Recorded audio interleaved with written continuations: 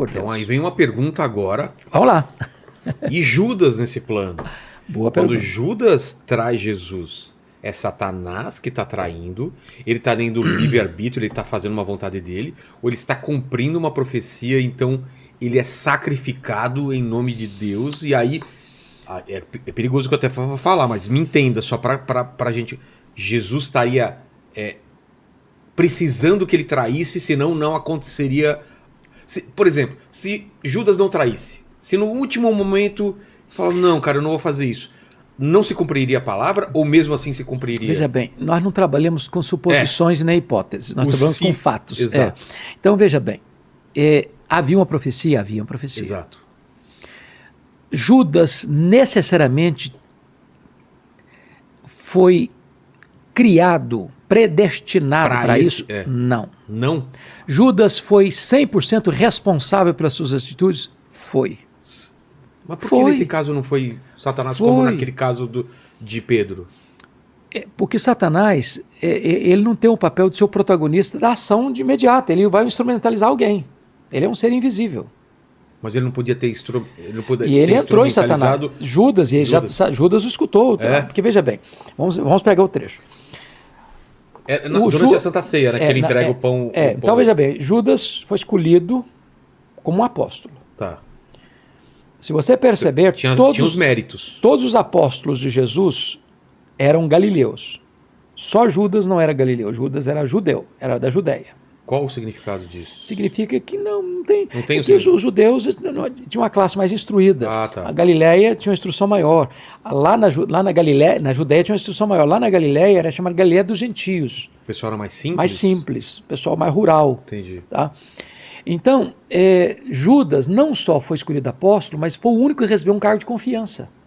Tesoureiro. Que era tesoureiro. Tesoureiro. Então, quem cuidava do pagamento das coisas era o Judas, recebia o dinheiro, pagava e tal. E ele tinha a plena confiança dos seus pares. Até no final, se você perceber, lá quando Maria, lá em Betânia, pega aquele vaso de alabastro com precioso perfume de nardo puro. É ele que fala aqui.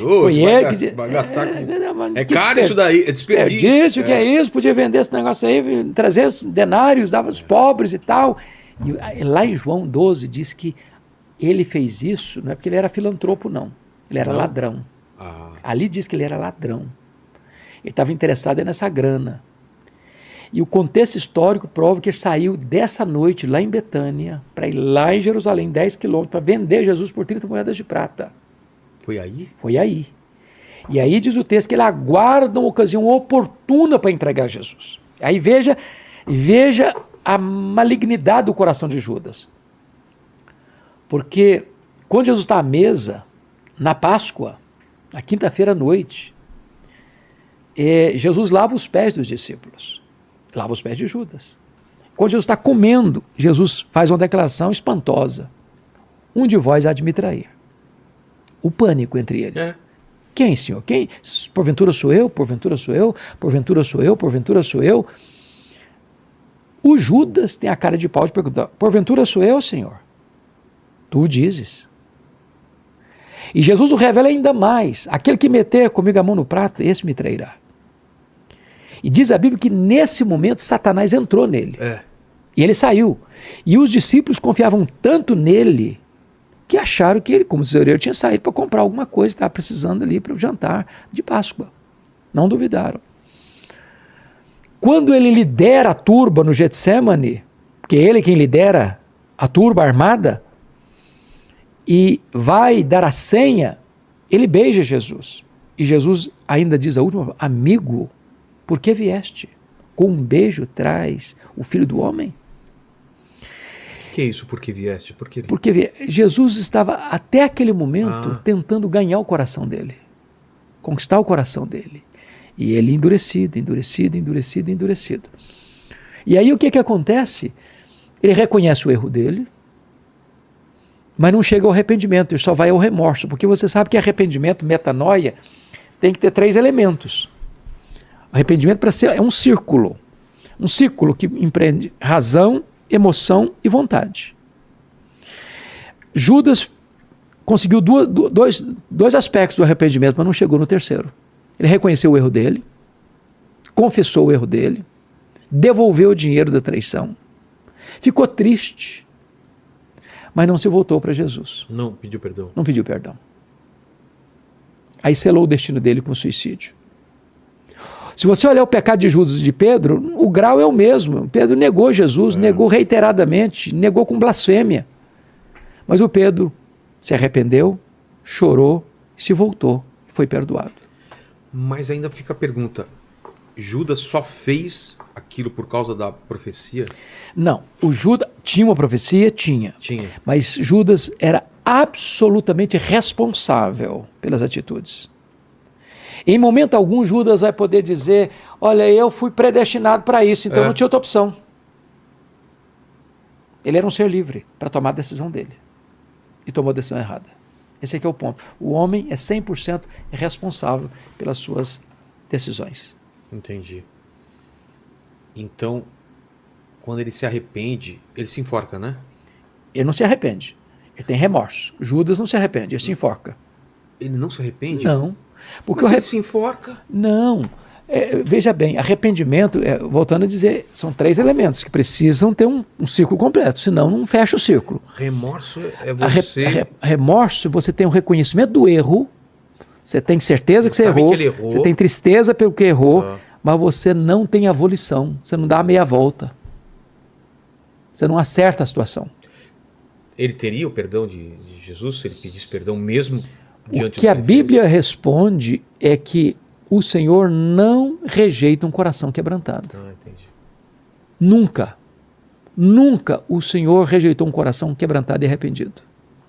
E vamos falar da crucificação em si. Tem a história dos 2 ladrões, né? Isso. Que um deles se arrepende ainda pertinho antes da morte de Cristo. E ele fala que ele é salvo só por aquele arrependimento. Ele entende quem é aquele homem. E isso é... O que isso significa pra gente? Qual é a mensagem? A mensagem é maravilhosa. Então veja bem, o que aconteceu na cruz? Se você ler o registro de Mateus... Não sei se Dimas é o nome dele real. Não, a Bíblia não menciona. Mas de onde vem Dimas? É tradição. Tá. Então veja bem, os 2 estão blasfemando no começo. Ah, é? Mesmo ele? Ele, inclusive. E a Bíblia não diz quando, como houve a mudança de chave no coração dele. Mas muito provavelmente, ele começa a observar a primeira palavra de Jesus na cruz. Qual foi a primeira palavra? Pai, perdoa-lhes, porque não sabem o que fazem. Percebendo que o cara, sendo inocente, ele está lá na cruz porque ele cometeu pecados graves, ele era um criminoso. E a pena de morte naquela época era a cruz, no Império Romano. Mas Jesus não. Aquilo mudou nele. Então, ele reconhecendo isso, disse, Senhor, repreendeu o colega dele. Nem ao menos temos a Deus, estando sob igual sentença. Nós, por justa razão, estamos aqui. Mas esse nenhum mal fez. Aí ele se volta para Jesus, Senhor, lembra-te de mim quando vieres no teu reino. E Jesus responde, em verdade te digo que hoje mesmo estarás comigo no paraíso. Então, o que tem isso a ver para nós? Primeiro, mostra que a salvação não é pelas obras.